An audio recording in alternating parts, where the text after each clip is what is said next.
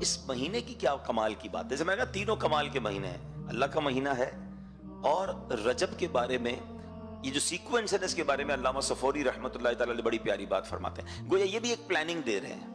کیا فرماتے ہیں؟ رجب بیج بونے کا مہینہ ہے، شعبان ان بیجوں پر پانی ڈالنے کا مہینہ ہے، اور رمضان فصل کاٹنے کا مہینہ ہے.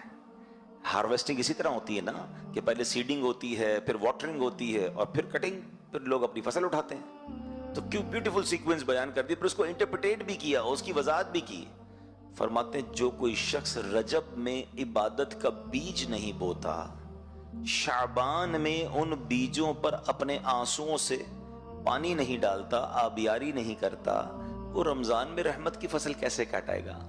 If you want to cut، اگر آپ چاہتے ہیں کہ رمضان میں مجھے رحمت کی فصل ملے تو بیج ڈالنا ہے نا. ابھی عبادت کا بیج ڈالیں، رجب کے روزے رکھیں.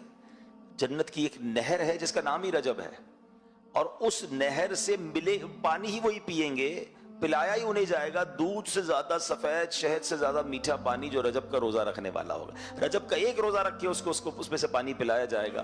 تو آج کل یقین کریں بڑے سافٹ ڈیز ہیں، بڑی آسانی سے روزہ ہو جاتا ہے، 6 بجے کے قریب افطار ہو جاتا ہے. تو اگر تھوڑا سا پلان کر لیں اپنے شیڈیول کو، پورا ہفتہ نہیں تو کم از کم ہفتے میں 1-2 دن ویکینڈز پر روزے رکھنا شروع کر دیں، تو یہ ایک وہ نیکی ہے جو ایکسٹرا آپ کے نامہ اعمال میں بہت زبردست اضافہ ہو جائے گا. اور اس کے فضائل سبحان اللہ، نفلی روزوں کے جو فضائل ہیں، پھر فرض روزوں کی عادت آسان ہو جائے گی. آپ دیکھیں رمضان میں ان لوگوں کو کوئی ڈیفیکلٹی نہیں ہوتی روزہ رکھنے میں جو پورا سال نفلی روزے رکھتے رہتے، تھوڑے تھوڑے رکھتے رہتے ہیں نا، ان کے لیے نارمل ہو جاتا ہے. اور کچھ لوگوں کے لیے رمضان بڑا ڈیفیکلٹ ہو جاتا ہے کیونکہ وہ روزے ہی نہیں رکھتے پورا سال، تو اب ان کے لیے اچانک سے سب چیزیں چھوڑنا ڈیفیکلٹ ہو جاتا ہے. تو فار دا پریپریشن آف رمضان اچھی نیتوں کے ساتھ ہمیں رجب شعبان میں روزے بھی رکھنے چاہیے.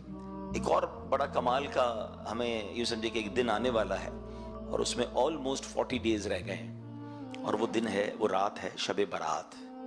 That will be the night of accountability. یہ وہ رات ہے جب میرے اور آپ کے نامہ اعمال اللہ کی بارگاہ میں پیش کیے جانے ہیں.